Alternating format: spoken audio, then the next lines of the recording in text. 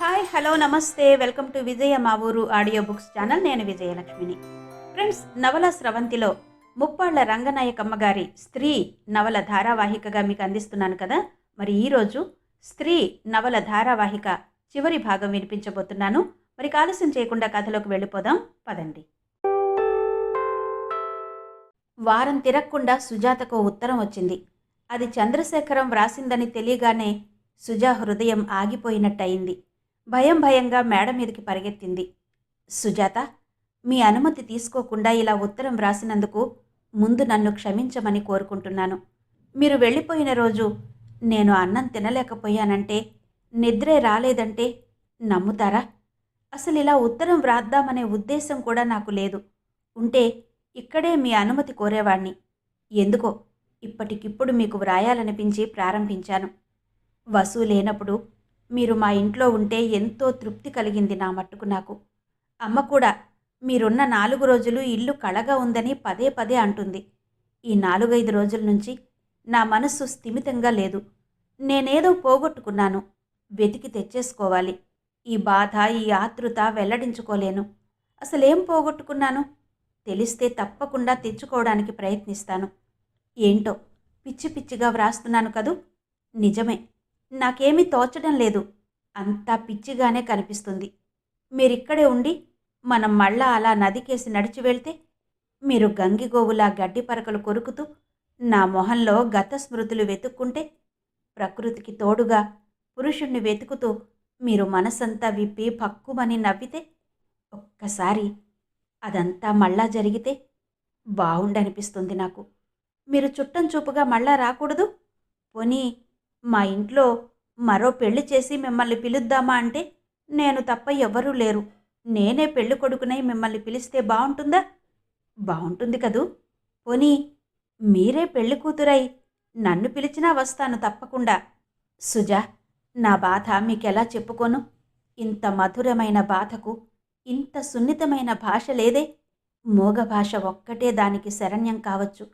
ఈ చిన్న లేఖ నా హృదయాన్ని మీ పాదాల ముందు పరిచిపెట్టగలిగితే ధన్యుణ్ణి. మెత్తగా దాన్ని తొక్కుకుంటూ పోరుగా. చంద్రశేఖరం. ఏదో ఉద్వేగంతో దుఃఖం పెళ్ళుబుకొచ్చింది సుజాతకు. ఆ ఉత్తరంలో అక్కడక్కడ కొన్ని మాటలు మళ్ళా చదువుకుంది. నిశ్శబ్దంగా అలా కాగితాలకేసి చూస్తూ కూర్చుంది చాలాసేపు.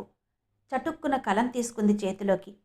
చంద్రశేఖరం గారికి హృదయపూర్వక నమస్మృతులతో మీ ఉత్తరం చదివాను. చాలాసార్లు చదివాను. మీరెందుకు అలా వ్రాశారో అర్థం కాలేదు.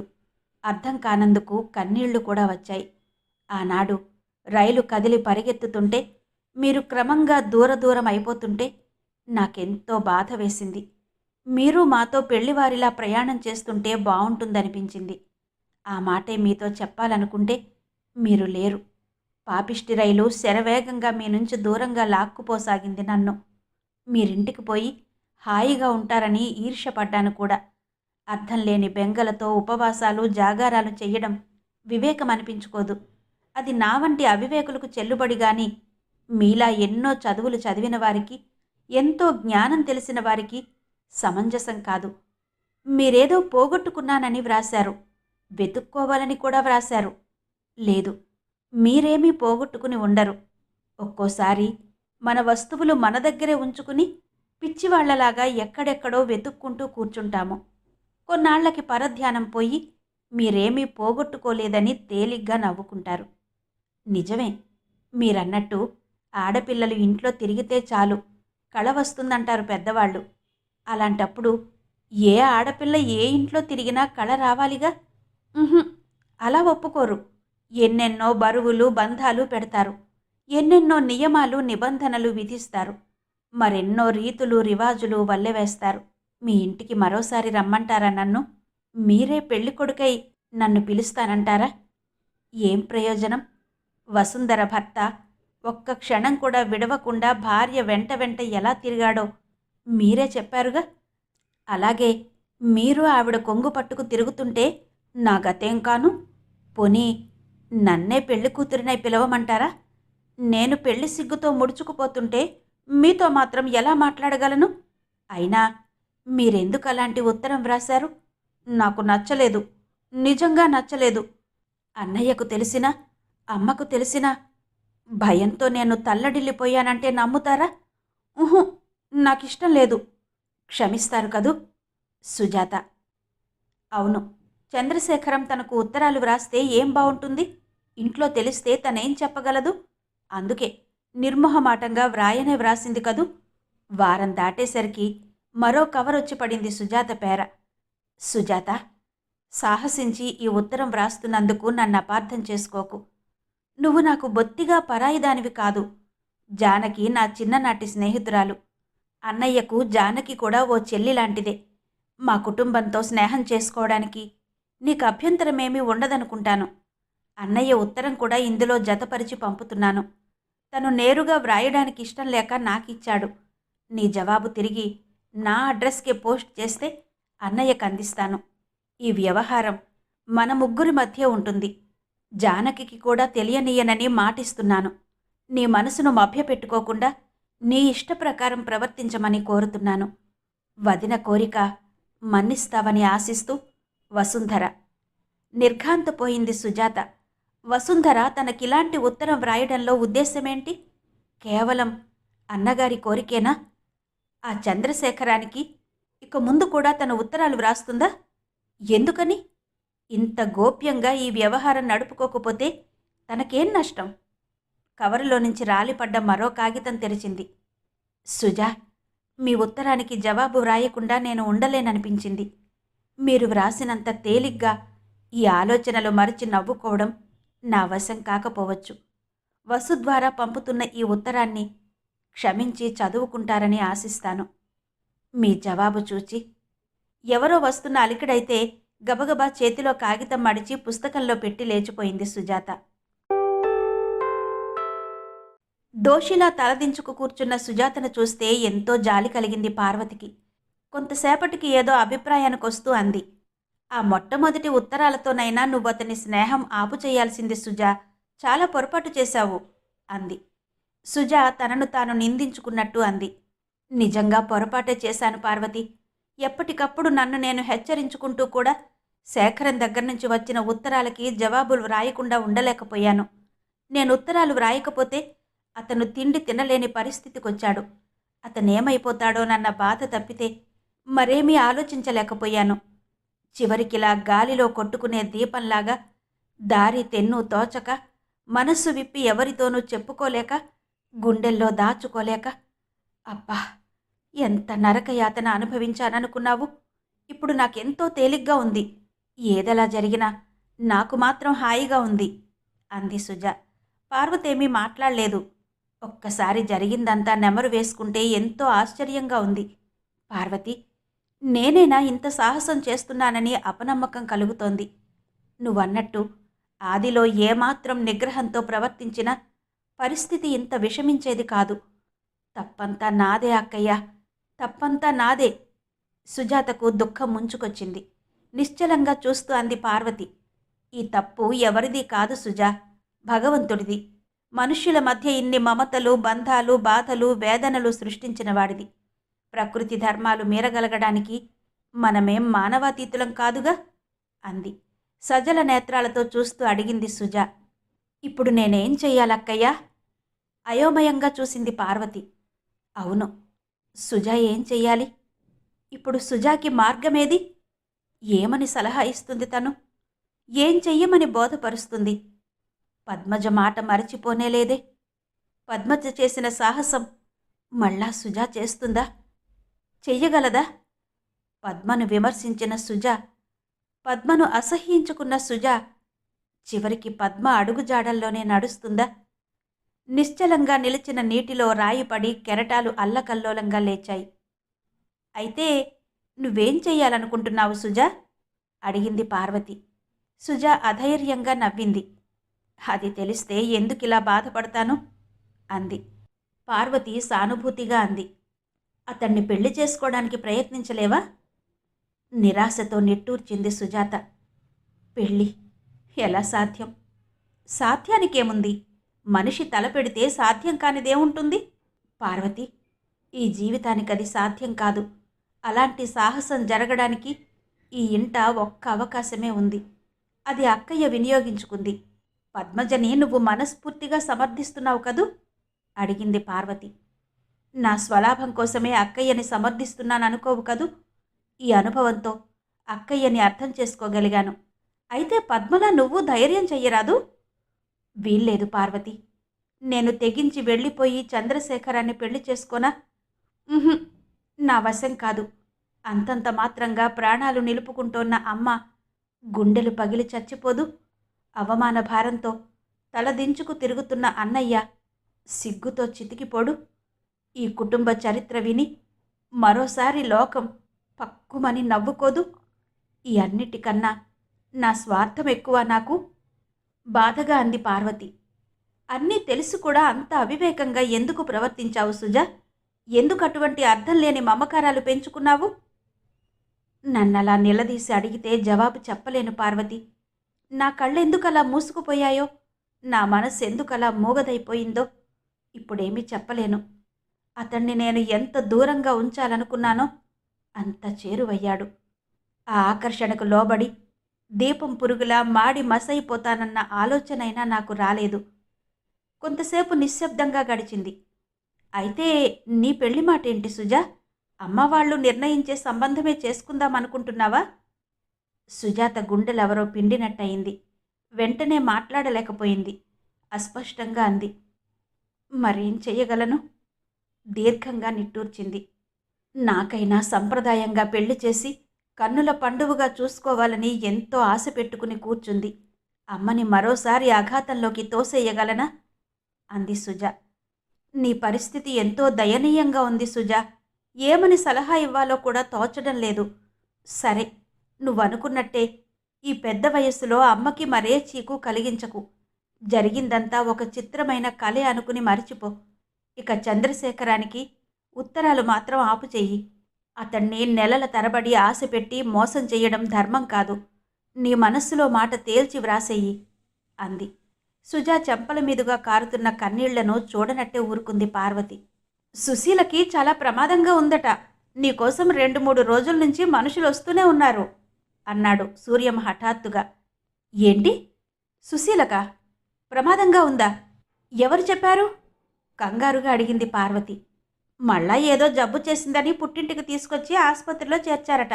2 రోజులు చూసి డాక్టర్లు లాభం లేదు తీసుకుపోమ్మంటే ఇంటికి తీసుకొచ్చేశారట. పిచ్చి పిచ్చిగా మాట్లాడుతోందని, అస్తమాను నీకోసం కలవరిస్తోందని 4-5 సార్లు వాళ్ళింట్లో మనుషులు వచ్చి వెళ్లారు. నువ్వు ఊరెళ్ళావని విని నా కోసం మా అత్తగారింటికి కూడా వచ్చారు. 2-3 రోజుల్లో వచ్చేస్తావని చెప్పాను నేను. రాగానే మాత్రం నీకు ఈ కబురు అందచేయమన్నారు. గబగబా సంగతంతా చెప్పి బాధ్యత తీర్చుకున్నట్టు మళ్ళా పుస్తకాల్లో తలదూర్చేసుకున్నాడు సూర్యం. పార్వతికేంటో నమ్మశక్యంగా లేదు. సుశీలకు మళ్ళా ఎందుకంత జబ్బు చేసింది? చాలా ప్రమాదం అంటే చచ్చిపోదు కదా? పార్వతి రైలు దిగి రాగానే ఈ కబురు తెలిస్తే ఎప్పుడో వెళ్ళిపోయేది. దుమ్ము కొట్టుకుపోయిన గదులు తుడుచుకుని, బోర్లించుకున్న పాత్రలన్నీ తోముకుని, స్నానం చేసి కుంపటంటించి ఎసరు పెట్టింది. అప్పటికి పార్వతి పంపిన కబురు విని సూర్యం వచ్చాడు. వచ్చిన ఓ పావుగంటకు తాపీగా చెప్పాడు, సుశీలకు చాలా ప్రమాదం అంటూ. రాగానే అయినా చెప్పావు కాదురా, ఈసరికి వెళ్లేదాన్ని.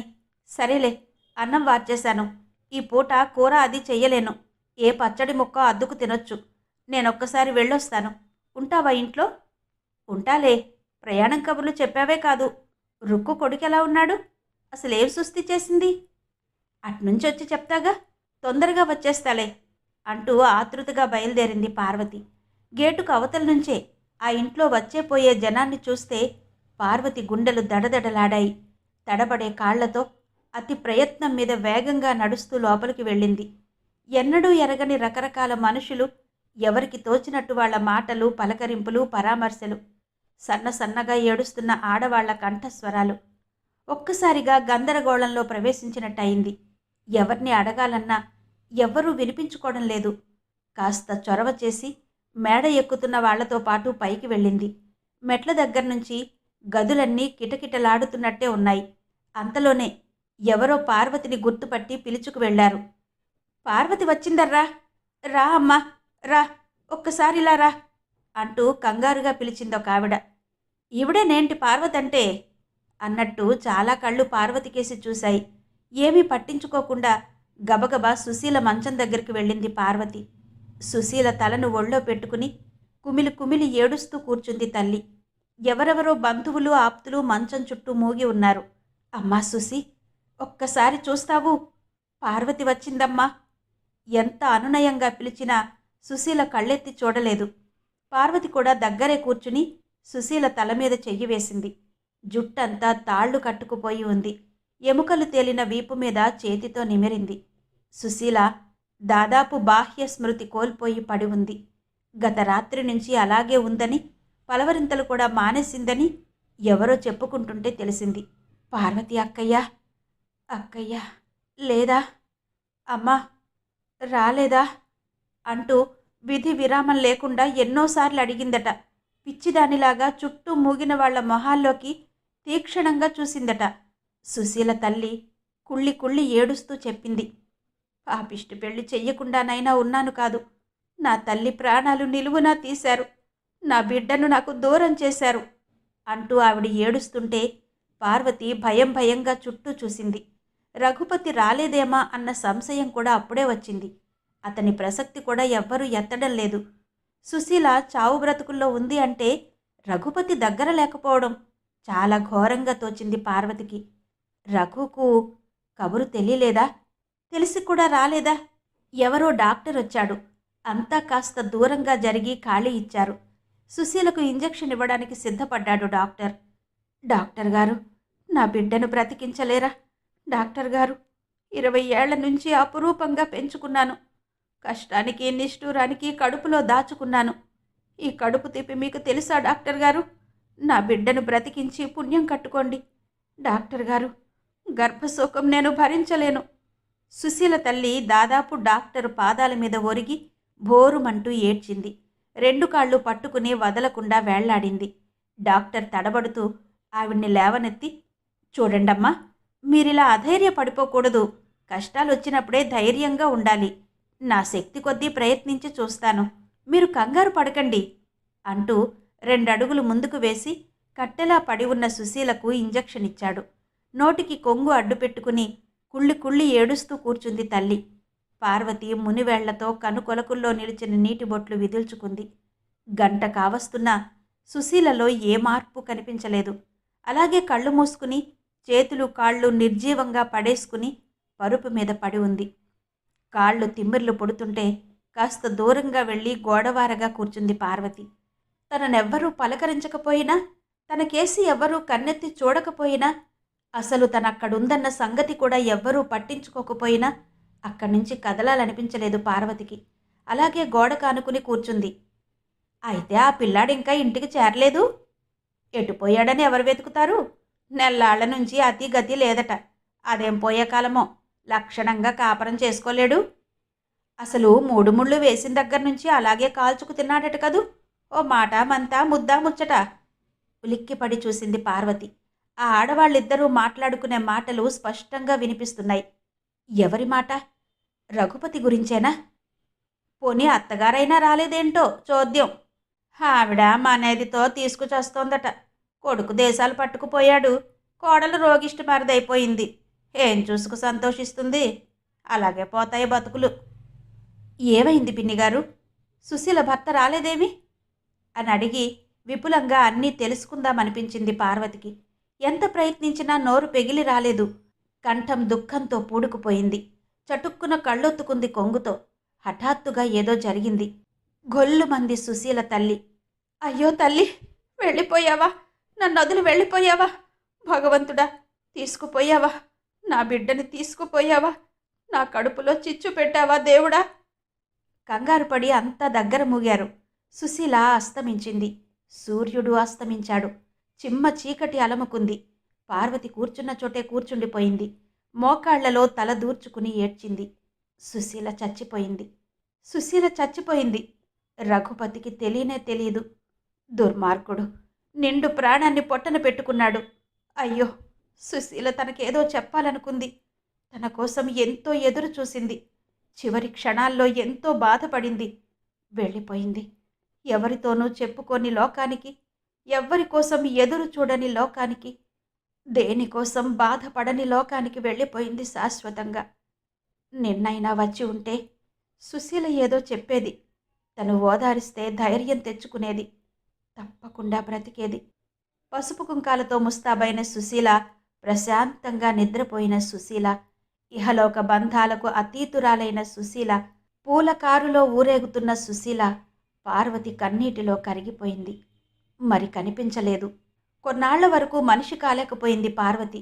జబ్బుపడి లేచినట్టే నీరసించిపోయింది. ఎటు చూసినా విషాదం తప్పితే ఏమీ కనిపించడం లేదు. ఆ అర్థం లేని బంధాలు, బాంధవ్యాలు, ప్రేమలు, మమతలు బొత్తిగా అర్థరహితాలే. ఏది శాశ్వతం, ఏదీ కాదనిపించింది. అక్కయ్య, నా పచ్చట్ట నోట్సు కనిపించదే? నిన్నిక్కడేగా వ్రాసిపెట్టాను. కంగారుగా వెతుక్కుంటూ అడిగాడు సూర్యం. నాకు తెలీదురా సూర్యం, కొంచెం నెమ్మదిగా వెతుక్కో మరి, అదే కనిపిస్తుంది. సూర్యం చిరాకు ఎక్కువైంది. ఇంకా ఎలా వెతుక్కోవాలి? అసలు ఇంట్లో ఉంటే కనిపించకేం చేస్తుంది? ఏ పిల్ల వెధవలు పట్టుకుపోయారో. దొంగ వెధవలందరినీ చేర్చు కూర్చుంటావు. అదేంటి సూరి, పిల్లలేదో సరదాగా ఆడుకోవడానికి వస్తారు. నీ పుస్తకాలు అవి ఎందుకు తీస్తారు? నేను జాగ్రత్తగా చూస్తూనే ఉంటాను గాని తీయనిస్తానా? అయితే ఆ నోట్స్ కనిపించదే? దేవుడు ఎత్తుకుపోయాడేంటి? తమ్ముడు ఎందుకంత చిరాకు పడిపోతున్నాడో పార్వతికి అర్థం కాలేదు. తన మట్టుకు తను శాంతంగానే అంది. రాత్రిగాని వెళ్తూ వెళ్తూ చేత్తో పట్టుకుపోయావేమో, కాస్త జ్ఞాపకం చేసుకో సూర్యం. జ్ఞాపకం చేసుకోవడానికి ప్రయత్నించకపోగా వినిపించి వినిపించకుండా సణుక్కోవడం మొదలెట్టాడు. విని విననట్టు ఊరుకుంది పార్వతి. బొత్తిగా యాంత్రికంగా తయారైనట్టుంది జీవితం. గబగబా వండుకోవడం, ఆఫీసుకు వెళ్ళి రావడం, ఆలోచిస్తూ పడుకోవడం మినహా మరో విశేషమేమీ లేదు. సూర్యం, మరదల్నింటికి తీసుకురాకూడదు, ఇల్లు కాస్త సందడిగా ఉంటుంది అంది గతంలోనే. తనిక్కడెలా ఉంటుంది? మనమిద్దరం బయటకు పోతే రోజంతా ఒక్కతి ఉండొద్దు అన్నాడు సూర్యం. పార్వతికి ఏం చెప్పాలో తోచనట్టయింది. మరి పెళ్ళయిన తర్వాత అత్తవారింటికి రాదు ఆడపిల్ల? ఎవళ్ల సంసారం వాళ్ళు చేసుకునేటప్పుడు ఒకళ్ళు ఉండక ఇంకెవరొస్తారు? ఖచ్చితంగా తన ఉద్దేశం చెప్పలేకపోయినా ఏదో కాస్త వెల్లడించకుండా ఉండలేకపోయింది. నువ్వున్నా లేకపోయినా రాత్రిళ్ళు కూడా ఒక్కదాన్ని ఉంటున్నాను. పగలు కాసేపు ఉండడానికి ఏం పర్వాలేదు. సూర్యం, సాయంత్రం 4 అయ్యేసరికి రానే వస్తాను నేను. అందాక ఏ పుస్తకాలు చదువుకుంటూ కూర్చుంటుంది. ఆవిడ గారికేం వంట గింట రాదు. వచ్చి మాత్రం ఏం చెయ్యాలి గనక? పెళ్ళానికి పనిపాటలు రానందుకు తనెంతో బాధపడిపోతున్నట్టు కనిపించాడు సూర్యం. పార్వతి తమ్ముడి గుణం గ్రహించినా ఊరుకోలేక అంది. ఇక్కడికొస్తే మాత్రం వంట వార్పు ఆ పిల్ల మీద పెడతానా నేను? నేనేం పాటుపడిపోవాలి గనక? ఇంట్లో ఉండవలసిన మనిషి కదా, తీసుకొస్తే బాగుంటుందని అన్నాను. పోనీ నీకిష్టం లేదంటే అలాగే కాని అంది పార్వతి. నాకు కాదు, అసలు తనకే ఇష్టం లేదంది. పోనీ ఊళ్ళో వాళ్ళ పుట్టిల్లుంది కదా, అక్కడే ఉంటుందిలే అని నేను ఊరుకున్నాను.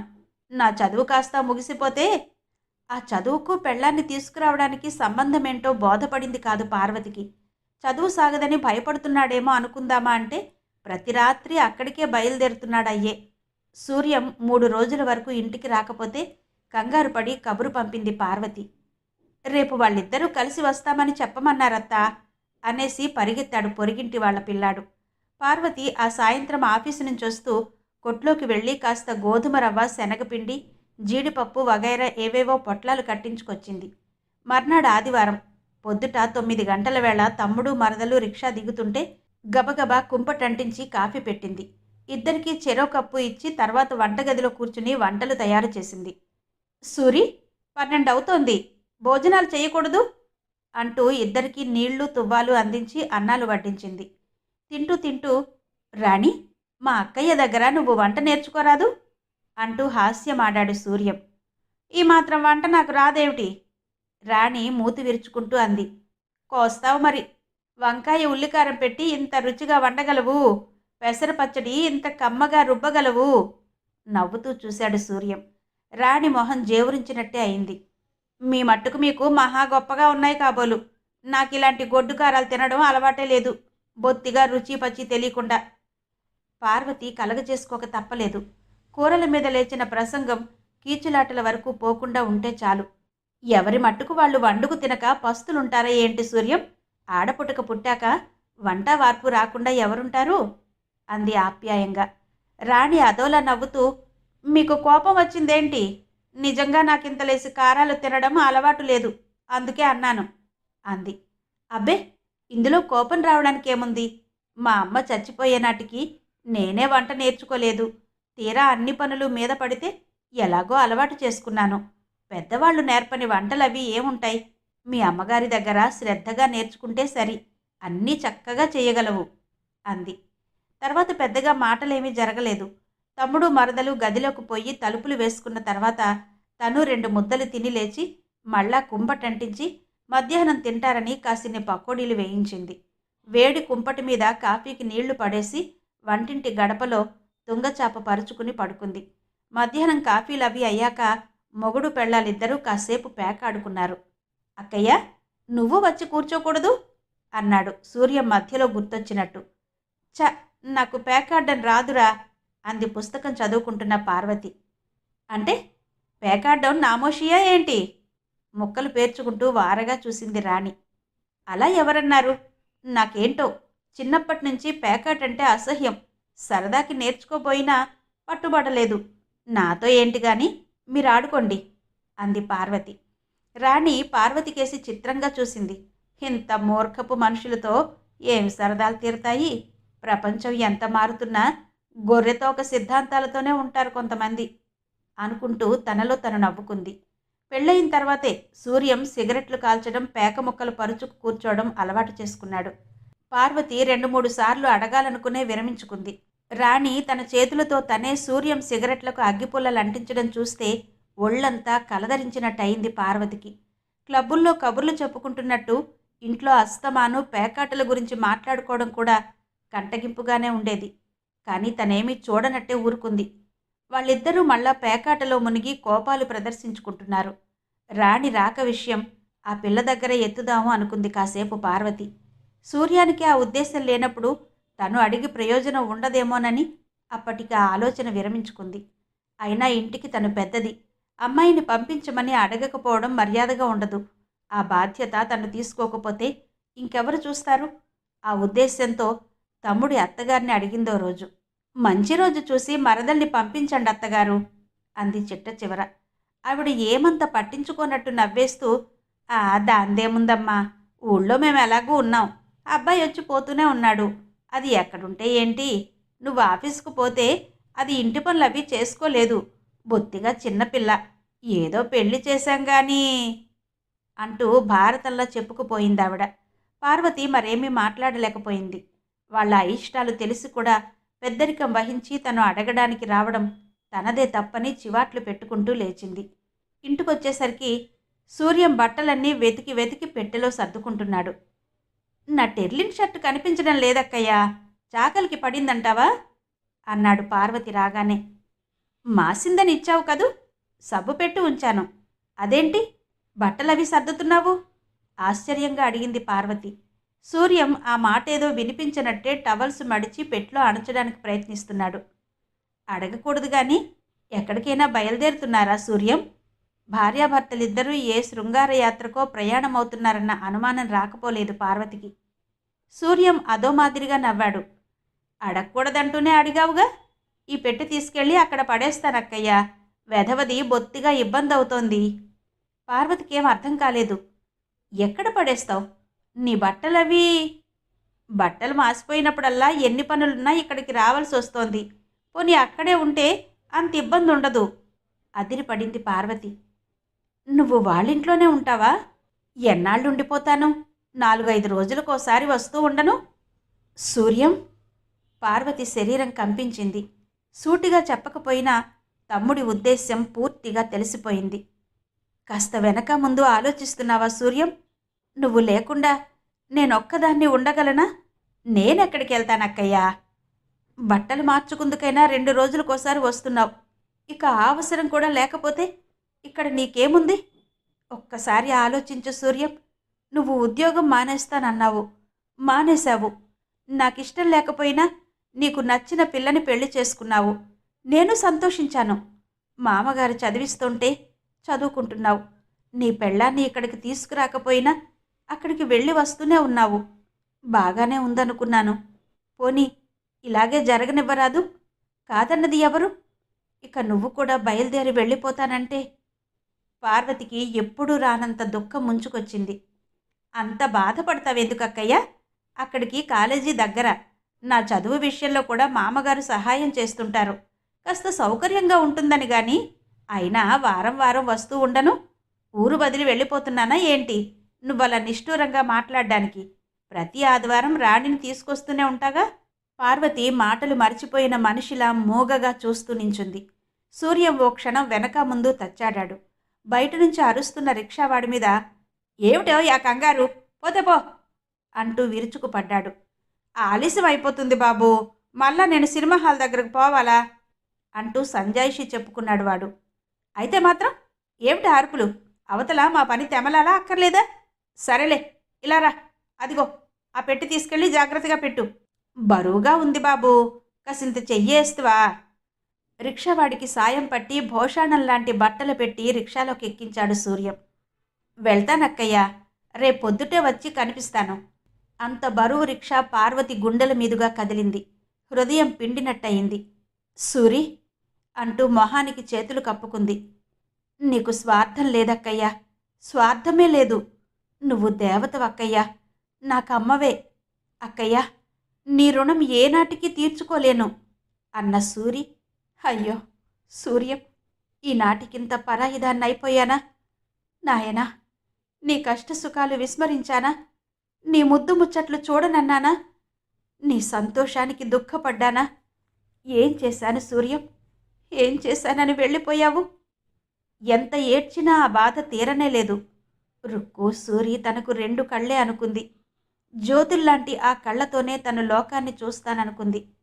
జీవితం ఇంత చిత్రమైందని తనకేం తెలుసు? తననింత అనాథను చేస్తారనా వాళ్లను పెంచింది? పరాయిదాన్ని చేసి తరిమేస్తారనా కోరుకున్న వాళ్లను త్రోసిపుచ్చింది?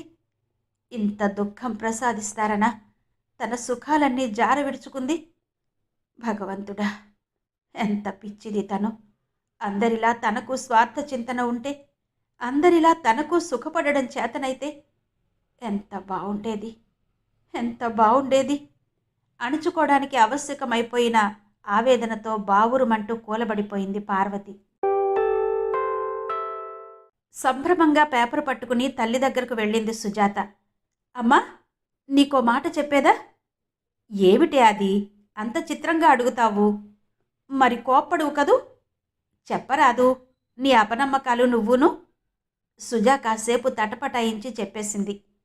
అక్కయ్యని బావగారిని మన ప్రభుత్వం వారు విదేశాలు పంపిస్తున్నారటమ్మా, ఇవాళ పేపర్లో పడింది. కామేశ్వరమ్మ మొహం చిట్లిస్తూ అంది. ఈ కబురేనా నువ్వు చెప్పొచ్చింది? సిగ్గులేదు? ఆవిడేదో వెలగబెడుతోందని ఈవిడ మురిసి మొక్కలవుతోంది. ఇల్లు విడిచిపోయింది. దేశాలు తెగించిపోతే విడ్డూరమేంటి? ఎలాగో తగలడుతుంది. నీకెందుకా గొడవ?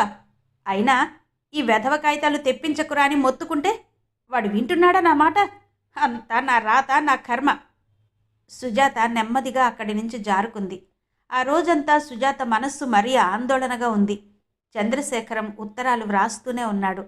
తను పరిస్థితులకు బానిసనని మనస్సు విప్పి ఏనాడో తెలియచేసింది. అయినా అతను తన ఆశలు విడుచుకోవడానికి అంగీకరించడం లేదు. వసు ద్వారా మీ ఇంట జరిగిపోయిన సంగతులు నాకు తెలుసు సుజా. అక్కగారి అడుగుజాడల్లో నువ్వు నడవగలవన్న ధైర్యంతోనే ఈ స్నేహాన్ని బ్రతికించుకుంటూ వస్తున్నాను. నువ్వు కాదన్న నాడు, నిజంగా నువ్వు నాకు దూరమైపోయిన నాడు నేనేమవుతానో నాకు తెలియదు. చచ్చిపోకపోయినా పిచ్చివాణ్ణి కావచ్చు. ఈ కాలంలో సర్వసామాన్యమైపోయిన వర్ణాంతర వివాహాన్ని నువ్వింత ఘోరంగా భావిస్తే ఇక నేనేమీ చెప్పలేను. ఆ అర్హత కూడా నాకు లేదు. చంద్రశేఖరం వ్రాతలు తననే పిచ్చిదాన్ని చేస్తున్నాయి. పులి మీద పుట్రలా అన్నయ్య తీసుకొచ్చిన సంబంధం వాళ్ళు త్వరలో నిర్ణయించుకోవడానికి వస్తామంటూ ఆ రోజే ఉత్తరం వ్రాశారు. ఇన్నాళ్లకు అమ్మ తేలిగ్గా నిట్టూర్చింది.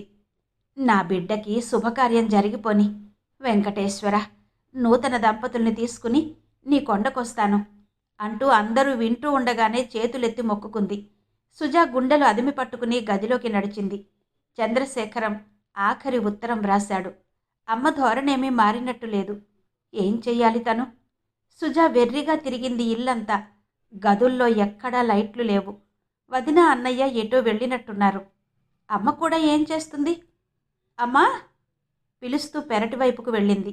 కొంగుచాటున ఏదో అడ్డం పెట్టుకుని నూతి వెనక నుంచి వచ్చేస్తున్న అమ్మ సుజాను చూడడంతోనే కూలబడిపోయింది. చటుక్కున ఏడవడం మొదలుపెట్టింది. విస్తుపోతూ సుజా తల్లి దగ్గరికి వెళ్లాలో కూడదో తెలియనట్టు నిలబడిపోయింది. కామేశ్వరమ్మ కొంగుచాటు పేపరు గాలికి దూరంగా వెళ్ళి పడింది. సుజా గమ్మున దాన్ని అందుకుంది. అంతా అర్థమైపోయింది. అక్కయ్య గురించి పేపర్లో ఏదో ఉందని తను చెప్పినప్పుడు కసిరేసిన అమ్మ ఒంటరిగా రహస్యంగా నూతి చాటున కనీ కనిపించని వెలుగులో ఏదో వెతుక్కుంటుంది పేపర్లో. అమ్మా అంటూ దగ్గర కూర్చుంది సుజ. కామేశ్వరమ్మ కళ్ళు తుడుచుకుంటూ అడిగింది, అక్కయ్య బొమ్మ లేదే అందులో? లేదమ్మా, వార్త ఒక్కటే వేశారు.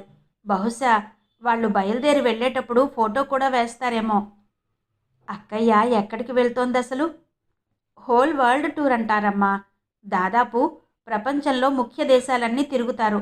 ఖర్చులన్నీ ప్రభుత్వమే భరించి మెడికల్ అసోసియేషన్ తరపున పంపిస్తున్నారు. 6 నెలల్లో తిరిగి వస్తారు. ఎలా వెళ్తారే సుజా? రైళ్లలోనా? విమానంలో వెళ్తారమ్మా. రైలు ప్రయాణం అయితే చాలా రోజులు పడుతుంది కదూ. ఆ పసిముండను కూడా తీసుకెళ్తారా ఏమిటే? అదేమో మనకెలా తెలుస్తుంది? బావగారికి తల్లి వాళ్ళు ఉన్నారు కదా, అక్కడే ఉంచేసి వెళ్తారేమో. కామేశ్వరమ్మ మరి మాట్లాడలేదు. అక్కడే కూర్చుని ఎప్పటికో లేచింది. అక్కయ్య గురించి అంతసేపు ఎప్పుడూ మాట్లాడని అమ్మ, అన్ని వివరాలు తెలుసుకోవడానికైనా ఇష్టపడని అమ్మ అలా మనసు విప్పి అన్నీ అడగడం చిత్రంగా తోచింది సుజాకు. కామేశ్వరమ్మ కూడా ఎంతో తప్పు పని చేసిన దానిలాగా సిగ్గుపడిపోతూ ఇంట్లోకి పోయి పడుకుంది. అర్ధరాత్రి సుమారు 1 గంట ప్రాంతం. కామేశ్వరమ్మ పడుకున్న గది చాలా చీకటిగా ఉంది. ఎంత ప్రయత్నించినా నిద్రపట్టని కామేశ్వరమ్మ నిశ్శబ్దంగా ఆలోచిస్తూ పడుకొని ఉంది. పద్మజ. పద్మ కోసం ఆ తల్లి ఏడవని రోజు లేదు, ఆలోచించని గడియ లేదు. అందర్నీ ధిక్కరించి వెళ్ళి పెళ్ళంటే చేసుకుంది గాని పద్మ కూడా ఎవ్వర్నీ మరచిపోదని ఆ తల్లి మనసుకు తెలుసు. పార్వతి పద్మను చూశానని చెప్పినప్పుడు కూతురు గురించి ఎంతో తెలుసుకోవాలని, ఎన్నో అడగాలని మాతృహృదయం విలవిల్లాడిపోయింది. ఏదో రాక్షస హస్తం ఆమె నోటిని బలవంతంగా మూసివేసింది. విన్నట్టు నటిస్తూనే కూతురి క్షేమ సమాచారాలన్నీ విన్నది. పద్మజ గర్భవతిగా ఉందని వింటే ఆనందం అణుచుకోవడానికి అశక్యమైపోయింది. గబగబా ఏదో గొణుక్కుంటూ వంటింట్లోకి వెళ్ళిపోయింది. పద్మజ కడుపుతో ఉంది. ఎలా తింటుందో, ఎలా తిరుగుతుందో ఆ ధ్యాసే అధికమైపోయింది. ఆడపిల్ల పుట్టిందని మళ్ళా తెలిసినప్పుడు తేలిగ్గా హాయిగా గాలి పీల్చుకుంది. అది ఓ కూతుర్ని కంది. దానికి కష్ట సుఖాలు తెలిసి వస్తాయి. తల్లి చేసినట్టే పిల్ల చెయ్యక తప్పుతుందా? తన బిడ్డ ధిక్కరించిపోయినప్పుడు గాని దానికి తెలిసిరాదు అంటూ శపించింది చాలాసేపు. అంతలోనే ఆవిడకు అనుమానం రేగింది. నేను కాబట్టి ఇలా తలబద్దలు కొట్టుకుంటున్నాను. పద్మే అయితే కూతురు ఏం చేసినా ఊరుకుంటుందేమో. అకాలానికి ఎవరేం చేసుకున్నా తప్పు పట్టరేమో. అది నిజమేననిపించింది కాసేపు. ఎవరెన్ని ఆడిపోసుకుంటే మాత్రం అదేం చెడిపోయింది? లోకంలో అంతులేనన్ని పేరు ప్రఖ్యాతులు తెచ్చుకుంటుంది. కోరుకున్న భర్తతో బిడ్డలతో సుఖపడుతుంది. బ్రతుక్కి అంతకు మించి. అలమారు దగ్గరేదో అలికిడైంది. గాజులు గల్లుమన్న చప్పుడు వినిపించింది. భయంతో లేచి కూర్చున్న కామేశ్వరమ్మ చీకట్లోకి కళ్ళు చిట్లించి చూసింది. అలమారు దగ్గరే నిలబడి ఉన్న వ్యక్తి ఆడమనిషిని మాత్రం గుర్తు తెలుస్తుంది. ఎవరది? అంది వణుకుతున్న గొంతుతో. జవాబు రాలేదు. ఏడుపు బలవంతంగా అణుచుకుంటున్న వెక్కిళ్ల చప్పుడు వినిపించింది. కామేశ్వరమ్మకేదో అనుమానం రేగింది. చటుక్కున లేచి తడుముకుంటూ వెళ్ళి లైటు వేసింది. కుప్పలా కూలబడిపోయింది సుజాత.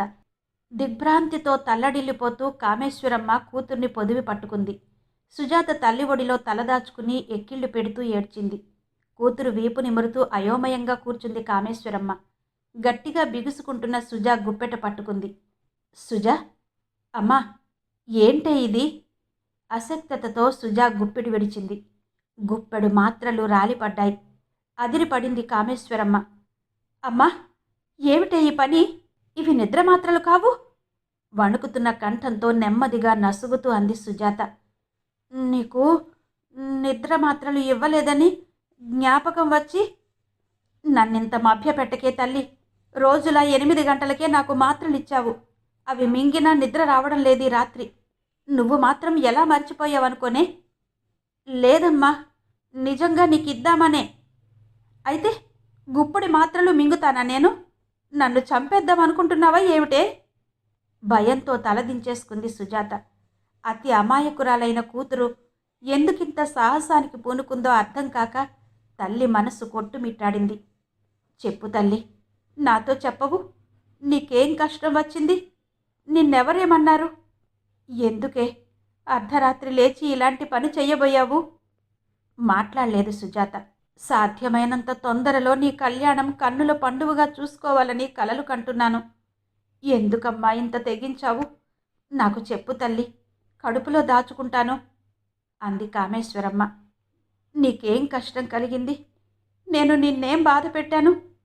తల్లి కంఠం రుద్ధమైపోయింది. అమ్మా, బావురు మంది సుజాత. వద్దమ్మా, నన్ను బ్రతకమనకు. నాకు బ్రతకాలని లేదు. బ్రతికి నేనేమీ సుఖపడలేనమ్మా. చచ్చిపోతే హాయిగా ఉంటాను. నిజమే అమ్మా, నేను బ్రతకలేను. సుజా, ఏంటి పిచ్చి ధోరణి? అమ్మతోనే చచ్చిపోతానని చెబుతున్నావా? అష్టకష్టాలు పడి ఇన్నేళ్లు పెంచింది ఇందుకేనా? అమ్మా, నువ్వు చచ్చిపోతావంటే వినడానికేనా? ఊరుకోవడానికేనా? పిచ్చిదానిలా మాట్లాడుకు. సంగతేంటో నాకు చెప్పు. చెప్పు సుజా. వద్దమ్మా, వద్దు. నీకు చాలా కోపం వస్తుంది. నీ నోటితో నువ్వే చచ్చిపోమ్మని కేకలేస్తావు. అక్కయ్యను కూడా అలాగే తిట్టావు. సుజా, నిర్ఘాంతపోయింది కామేశ్వరమ్మ. నీ మనసులో ముక్కేంటో నాకు తెలియడం లేదు సుజా. అక్కయ్యకి నీకు పోలికేమిటే? అది జాతి మతం చూడకుండా పోయింది. నువ్వు లక్షణంగా పెళ్లి చేసుకోబోతున్నావు. అమ్మా, నా మాట ఒక్కటి వినమ్మా. నేనా పెళ్లి చేసుకోలేనమ్మా. సుజా, స్థాణువులా బిగుసుకుపోయింది కామేశ్వరమ్మ. సుజా భూమిలోకి తలదించేసుకుంది. ఎప్పటికో తేరుకోగలిగిన కామేశ్వరమ్మ కటువుగానే అడిగింది. అందుకేనా ఇంత సాహసానికి పూనుకున్నావు? పోనీ నీకిష్టం లేకపోతే ఆ మొక్క నాతో చెప్పరాదు? నేనేం తల్లిని కాననుకున్నావా? నిన్ను నా కడుపులో మోసి కనలేదనుకున్నావా? సుజాత తలెత్తి కాస్త ధైర్యంగా చూసింది. అక్కయ్యని క్షమించని నువ్వు నన్ను మాత్రం ఎలా క్షమిస్తావమ్మా? హఠాత్తుగా చచ్చిపోయినా ఓ ఏడుపు ఏడిచి ఊరుకోగలవు, కానీ మళ్ళా నేను అక్కయ్యలాగే నిన్ను అవమానాల పాలు చేస్తే చెయ్యలేనమ్మా. నా వశం కాదు. నీ సంతోషం కోసం ఏవైనా చేద్దామనుకున్నాను. దానికి నా శక్తి చాలలేదు. నిన్ను సంతోష పెట్టగలిగేది ఏమైనా చేయగలిగితే అది నా చావేనమ్మా. మన కుటుంబం ఇప్పటికే నవ్వుల పాలై ఉంది. మరోసారి మనం అవమానాన్ని భరించలేము. కోరుకునే వ్యక్తికి దూరమై మనస్సు లేని మనువు చేసుకుని జీవితాంతం నరకం అనుభవించమని శాసించకమ్మా. నన్ను కనిపెంచిన అమ్మవి. నా సుఖదుఖాలు నీకు తెలుసు. నేనన్నిటికీ అతీతంగా వెళ్ళిపోతాను. నీ గుండె రాయి చేసుకోక తప్పదమ్మా. నా కోసం ఆ బాధ భరించు. నా కోసం. సుజా అప్రయత్నంగానే ఆ మాటలన్నీ అన్నది. కూతురి మాటలు వింటూ కూతురు ఆవేశం చూస్తూ మ్రాన్పడిపోయింది కామేశ్వరమ్మ. అక్కయ్య తప్పు చేసిందని నేను అనుకోవడం లేదు. అయినా అలాంటి సాహసం చేసి 10 మందిలో నిన్ను మాత్రం నవ్వుల పాలు చెయ్యను. ఆ భయం నీకెప్పుడూ వద్దు. కానీ నన్ను వెళ్ళిపోని అమ్మా. నిన్ను చేతులెత్తి ప్రార్థిస్తున్నాను. నా మనసు విప్పి అమ్మని కోరుకుంటున్నాను. నాకు బ్రతకాలని లేదు. బ్రతికి నేను సుఖపడేదేమీ లేదు. నా మాట వినవా అమ్మా? సుజా, నిర్లిప్తంగా చూసింది కామేశ్వరమ్మ. నువ్వు కోరుకునే ఆ వ్యక్తి ఎవరు? అడిగింది.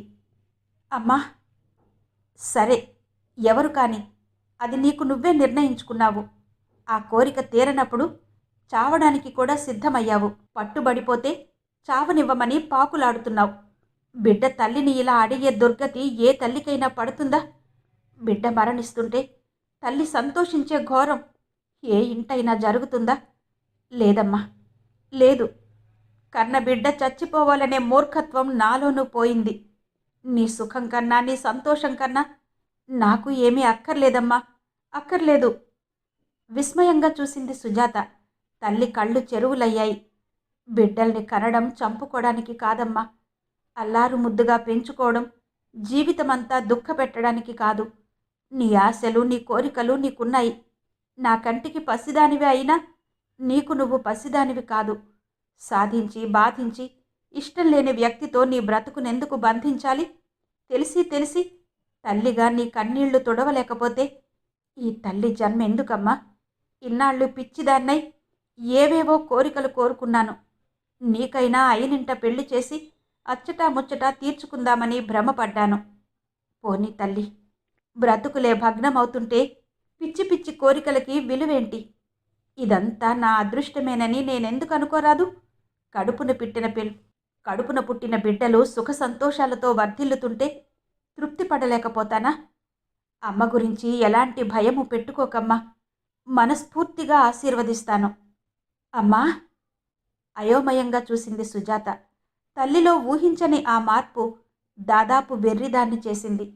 అమ్మ ఎంత నొచ్చుకోకపోతే, బాధతో ఎంత తల్లడిల్లకపోతే అంత నిరాశ చేసుకుంటుంది. అమ్మ ఇంత చిత్రంగా మారిపోయిందా? మనస్ఫూర్తిగా అంగీకరించిందా? సాధ్యమేనా? అమ్మ వంటి వ్యక్తికి ఈ పరివర్తన సాధ్యమేనా? మనిషికి తన సుఖం, తన సంతోషం, తన స్వార్థం తప్పితే ఏమీ లేవా? మనిషి మరో మనిషి కోసం త్యాగం చెయ్యలేడా? త్యాగంలో ఉన్న తృప్తి స్వార్థంలో లభిస్తుందా? అమ్మ కోసం తనేమీ చెయ్యలేదా? అమ్మా, నన్ను క్షమించవు. మూర్ఖత్వంతో నా స్వార్థం నేనే ఆలోచించుకున్నానమ్మా. ఈ ప్రాణం నువ్వు పోసింది, ఈ శరీరం నువ్వు పెంచింది, ఈ జీవితమే నువ్వు ప్రసాదించిందమ్మా. నీ ఆశలు నాశనం చేసి, నీ నమ్మకాలు వమ్ము చేసి, నిన్ను నలుగురిలోనూ నవ్వుల పాలు చేసి నేను సుఖపడగలనా అమ్మా? చిన్నదాన్ని, మన్నించమ్మా. నీ ఇష్ట ప్రకారమే నడుచుకుంటాను. నువ్వు కన్న కలలన్నీ సఫలం చేస్తాను. ఈ బిడ్డ మీద నీకు సర్వ హక్కులు ఉన్నాయమ్మా. నా తప్పు నీ కడుపులో దాచుకో. అదంతా మరిచి నన్ను ఎప్పటిలాగే ఆదరించు. నీకోసం అమ్మ కోసం ఏమైనా చేస్తాను, ఏదైనా అనుభవిస్తాను, ఎంత దుఃఖాన్నైనా దిగమింగుకుంటాను. నన్ను నమ్మలేవా అమ్మా? సుజా! కామేశ్వరమ్మ తన కొంగుతో కూతురు కన్నీళ్ళొత్తింది. తప్పు తల్లి, నువ్విలా కంట తడి పెట్టకూడదు. నీ కంట మరి కన్నీరు తిరిగాడకూడదు. నా కోసం నువ్వు ఏమీ చెయ్యకూడదు. నేనేంటి, రాలిపోవడానికి సిద్ధంగా ఉన్న పండుటాకుని. జీవితంలో అన్ని సుఖాలు, సంతోషాలు అనుభవించాను. అన్ని సంవత్సరాలుగా నేర్చుకున్న అనుభవంతో నా కోసం నిన్ను త్యాగం చెయ్యమని అడిగేటంత మూర్ఖత్వం సంపాదించుకోలేదమ్మా. తల్లి సంతోషం కోసం బిడ్డని దుఃఖపెట్టడం అమానుషం కాదా? నీ సుఖదుఖాలు గుర్తించవలసిన బాధ్యత నా మీదే ఉంది.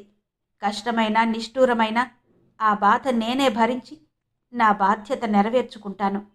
తల్లికి బిడ్డకు లేని అనుబంధాలు, మమకారాలు లోకంలో మరెక్కడున్నాయమ్మా? నీకిష్టం లేని పెళ్లి చెయ్యలేను, కోరుకున్న వివాహాన్ని తిరస్కరించనూ లేను అంది కామేశ్వరమ్మ. అమ్మా! నమ్మశక్యం కానట్టే అడిగింది సుజాత. లోకం భయం నీకు లేదా అమ్మా?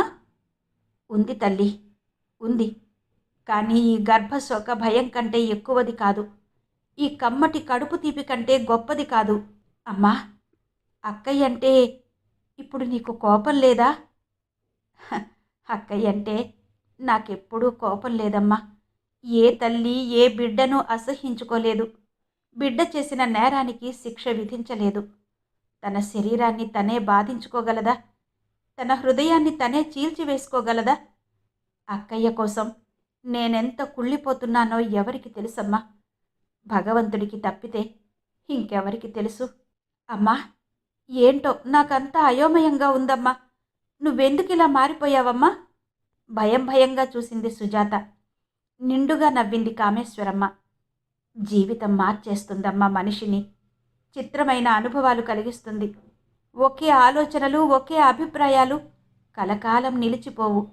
అంతం లేదనుకున్న ఈ అశాంతి బ్రతుకు మారిపోయిందమ్మా. నా బిడ్డల సంతోషం కోసం నేను బ్రతకగలుగుతున్నాననే ఈ తృప్తి చాలమ్మా. ఎన్ని జన్మలకైనా చాలు. అమ్మా! సుజాత అప్రయత్నంగా తల్లి పాదాల మీద చేతులు వేసింది.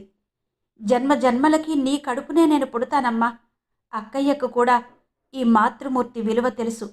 కామేశ్వరమ్మ కూతుర్ని గుండెలకు చేర్చుకుంది. పొత్తిళ్లలో పసిబిడ్డే అయింది తల్లి కౌగిట్లో సుజాత. చెవుల మీదుగా ముసుగు వేసుకుని ఒళ్లంతా పాత చీర కప్పుకుని కాళ్ళు నేల మీద ఆంచుకుని నులక మంచం మీద కళ్ళు మూసుకుని కూర్చుని ఉంది పార్వతి. అలా ఎంతసేపటి నుంచి కూర్చుని ఉందో ఆమెకే తెలీదు. 2 రోజులుగా జ్వరంతో బాధపడుతున్న పార్వతి పచ్చి మంచినీళ్లు కూడా ముట్టలేదు. ఇల్లంతా నిశ్శబ్దంగా ఉంది. ఒక రకంగా శ్మశానంలా ఉంది. తీవ్రంగా అదురుతున్న పార్వతి గుండెల చప్పుడు కూడా ఆ నిశ్శబ్దాన్ని భంగపరచలేకపోతుంది. 2 రోజులుగా ఆ ఇంటి తలుపులు తెరుచుకోలేదు. ఇంటికి బయటికి పూర్తిగా సంబంధాలు తెగిపోయినట్టయింది. ఇహ లోకంతో తనకే బాంధవ్యము లేదేమో అనిపిస్తుందామెకు. నిట్టూర్చడం కూడా కష్టమైపోయింది. తల కిందికి దించుకుని అలాగే కూర్చుని ఉన్న పార్వతి ఏదో గ్రహించగలిగినట్టు నెమ్మదిగా తల ఎత్తింది. వీధి తలుపులకేసి తదేకంగా చూసింది. ఆ తలుపుల వెనక ఎవరో తచ్చాడుతున్నట్టు, బరువుగా గాలి పీల్చుకున్నట్టు భ్రమ కలిగింది. భ్రమల మీద నమ్మకం ఏనాడో సన్నగిల్లిపోయిన పార్వతి కూర్చున్న చోటు నుండి కదలలేకపోయింది. అలాగే కూర్చుని కప్పుకున్న చీర సర్దుకుంది. ఆ తలుపుల మీద నుంచి పార్వతి దృష్టి మళ్ళలేదు. వాటి వెనక ఎవరో ఉన్నారు. నిజంగా ఉన్నారు. అబద్ధం కాదు. ఎందుకో మనస్సు కంగారు పెడుతుంది. బలంగా నమ్మకం కుదురుతుంది. తన కోసం ఎవరో వచ్చారు. తన కోసం. ముసుగు జారుతుంటే తడబడుతూ అడుగులు వేసుకుంటూ నడిచింది. మూసిన తలుపులు తెరిచింది. అదిరిపడలేదు. ఉలిక్కి పడలేదు. తన భ్రమ కానందుకే విస్తుపోయింది. తన మనస్సలా ఆరాట పెట్టినందుకే ఆశ్చర్యపడింది. ఎవరు? ఎవరది? అతి నీరసమైపోయిన పార్వతి కంఠస్వరం గుసగుసలాడినట్టే ధ్వనించింది. ఆ క్రీనీడలో కూర్చుని ఉన్న మనిషి ఆకారం తెలియడం లేదు. ఒత్తుగా పెరిగిపోయిన గడ్డం అతని రూపాన్ని రహస్యం చేస్తుంది. వదులై వేళ్లాడుతున్న బట్టలు అతన్ని తమలో దాచుకుంటున్నాయి. అతను స్థాణువులా నిలబడి ఉన్నాడు. పార్వతి కంపిస్తున్న గొంతుతో రెట్టించి ప్రశ్నించింది. ఎవరది? ఎవరంటే మాట్లాడరే? చీకటిలో ఆ ఆకారం చలించింది. నేను నేను నేను నేనంటే నేను నేనే పార్వతి. త్రుళ్ళిపడింది పార్వతి. చీకటిలోకి కళ్ళు చిట్లించుకుని చూసింది. ఎవరు? ఎవరు? రఘుబాబు? జవాబు రాలేదు. రఘుబాబు, నువ్వేనా?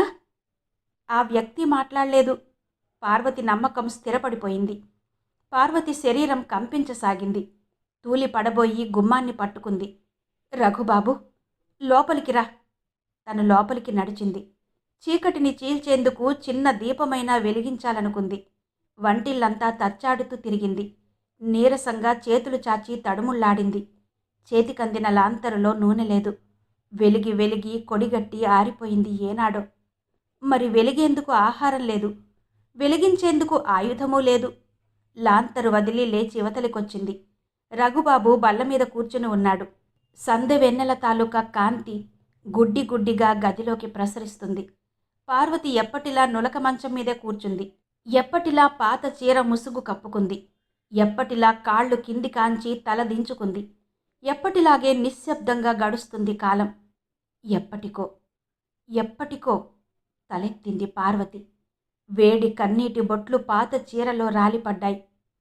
రఘుబాబు, అన్నం తిన్నావా? లేదు.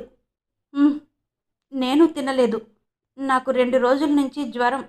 రేపు తగ్గిపోతే మళ్ళా అన్నం వండుకోవాలి. పిచ్చి పిచ్చిగా మాట్లాడింది పార్వతి. రఘుబాబు వినే ఉంటాడు. ఊరుకున్నాడు.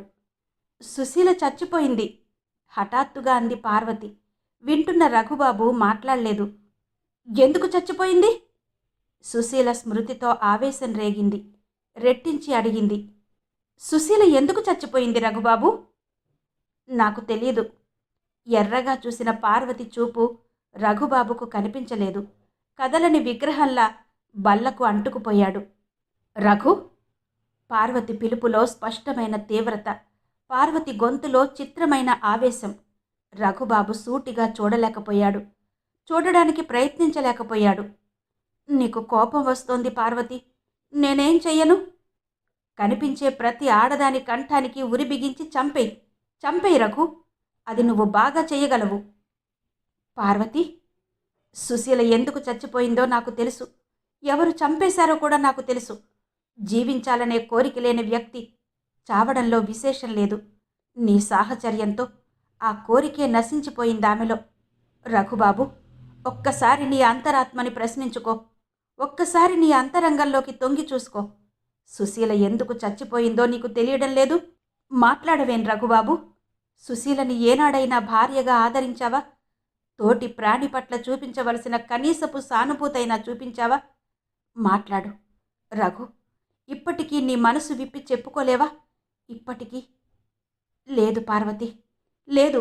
నా బలహీనతలకి అంతులేదు. సుశీల మెడలో తాళి కట్టిన నేను ఆ తాళి కట్టినందుకు ఏడవని రోజు లేదు. సుశీలని నేను కోరి బాధించకపోయినా తను బాధతో మగ్గిపోతోందని నాకు తెలుసు. దానికి బాధ్యత నాదేనని కూడా నాకు తెలుసు. కానీ పార్వతి, సుశీలని ఓదార్చేపాటి సానుభూతి కూడా ఈ హృదయంలో కరువైపోయింది. నా కరుణ కోసం కలవరిస్తోన్న తోటి ప్రాణిని గుర్తించే వివేకమే ఈ దౌర్భాగ్యుడిలో నశించిపోయింది.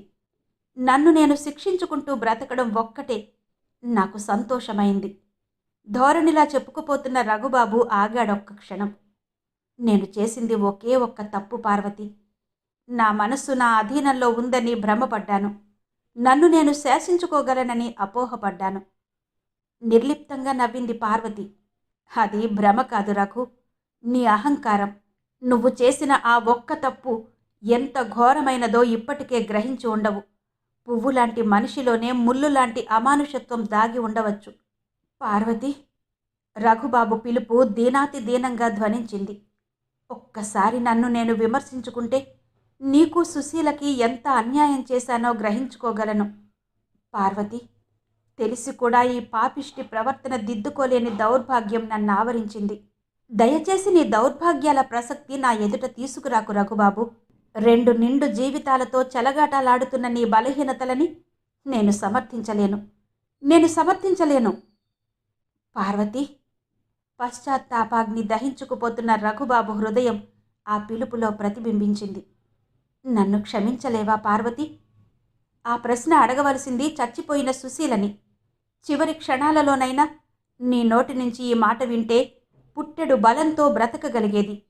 ఆ దేవత ప్రసాదించే క్షమాభిక్షతో నీ జీవితం పునీతమైపోయేది. ఎంత పొరపాటు చేశావు రఘుబాబు! భిక్ష అర్థించడానికైనా అర్హతానర్హతలు నిర్ణయించుకోలేకపోయావా? పార్వతి, మన్నించు రఘుబాబు. నాకు స్వార్థమే లేదంది లోకం. కానీ నాలో త్యాగం మాత్రం లేదు, ఎంత మాత్రం లేదు. క్షమాభిక్ష అర్థిస్తోన్న వ్యక్తిని మనసారా క్షమించి స్వీకరించే త్యాగధనం ఎంతటి వాళ్ళకి. నేనంతటి అతీతురాల్ని కాదు రఘుబాబు. ఈ జీవితాన్నిలా వెళ్ళమార్చుకొని ఈ బాధతో, ఈ వ్యధలతో, ఈ నిరాశలతో సంతృప్తి పడని గడిచిన జీవితం నెమరు వేసుకుంటూ మిగిలిన బ్రతుకు గడిపేస్తాను. వెళ్ళు రఘుబాబు, వెళ్ళిపో. హఠాత్తుగా చీకటి గది మోగబోయింది. ఆ ఇద్దరి మధ్య మరి మాటలు జరగలేదు. నిట్టూర్పుల శబ్దం కూడా వినిపించలేదు. సందె వెన్నెల మాసిపోయింది. చీకటి గది మరీ చీకటయింది. లేచాడు రఘుబాబు. ఎప్పటికో నిర్జీవంగా నడిచాడు చీకటి గదిలో నుంచి చిమ్మ చీకటి లోకంలోకి, అంధకారపూరితమైన ప్రపంచంలోకి. దుఃఖం పొంగి వచ్చింది పార్వతికి. నిస్తేజమైన దృక్కులతో ఆ కారు చీకటిలోకి తరచి తరచి చూసింది. ఏమీ కనిపించలేదు. ఏమీ. రఘుబాబు, ఆజ్ఞాపించరాదు, నిష్ఠూర పెట్టరాదు. నిట్టూర్చింది పార్వతి. నా హృదయం బ్రద్దలవుతుంది, నా శరీరం తూలిపోతుంది, నాకు పిచ్చి పడుతుంది, ఈ బాధ భారమైపోతుంది. నేనేం చెయ్యను? పిచ్చి రఘుబాబు నన్ను అర్థం చేసుకోలేదు. ఇప్పుడే వచ్చి వెళ్ళాడు. కాదు కాదు, నేనే పంపించి వేశాను. జీవితంలో నా విలువ తెలిసిపోయింది. బ్రతుకులో నా గమ్యం నిర్ణయమైపోయింది. నేను సహించిన వాళ్ళంతా నన్ను అసహ్యించుకున్నారు. నేను ఓదార్చిన వాళ్ళంతా నన్ను బాధించారు. కానీ నాకేదో సంతృప్తి లభించింది. ఈ గుండెలో ఏ మూలనో సంతోషం కూడా తలదాచుకుంది. నా కన్నీళ్ళెంతో కమ్మగా ఉన్నాయి. ఈ కమ్మటి కన్నీళ్లతోనే నా గమ్యం చేరుకుంటాను. పద్మ, నీ కూతుర్ని నేను పెంచుతాను. నువ్వు విదేశాల నుంచి వచ్చే వరకైనా నా దగ్గర ఉంచి వెళ్ళు.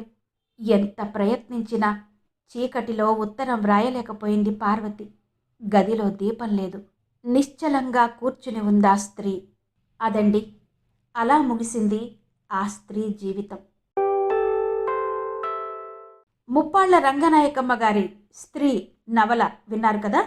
మరి ఈ కథ మీద, ఆడియో మీద ఎప్పట్లాగే మీ కమెంట్స్ నాకు తెలియజేస్తారు కదూ. మీ కమెంట్స్ కోసం ఎదురు చూస్తూ మరో చక్కటి నవలతో మళ్ళీ మీ ముందుంటాను. అంతవరకు సెలవు. నమస్తే.